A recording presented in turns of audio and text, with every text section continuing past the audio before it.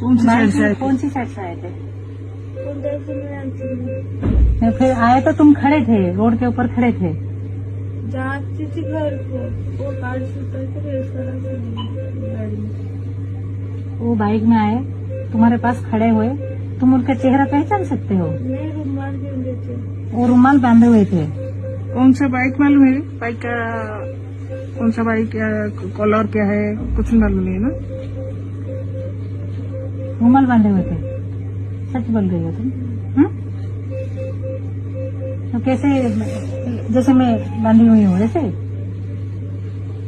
कोई चश्मा, कोई कुछ आर्टिकल जो देखा हो वो हमें पहचान सके, वो लोगों को? ऐसा कोई किसी के साथ कुछ भी बातचीत नहीं किया आपने? वही बुक देने के लिए गए थे, फिर आके बोले उनके घर के पास जो खड़े हुए थे उनका नाम क्या है?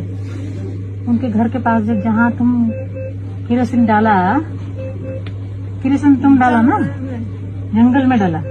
कौन सा? बड़ा बंद, बड़ा वाला बंद के ऊपर।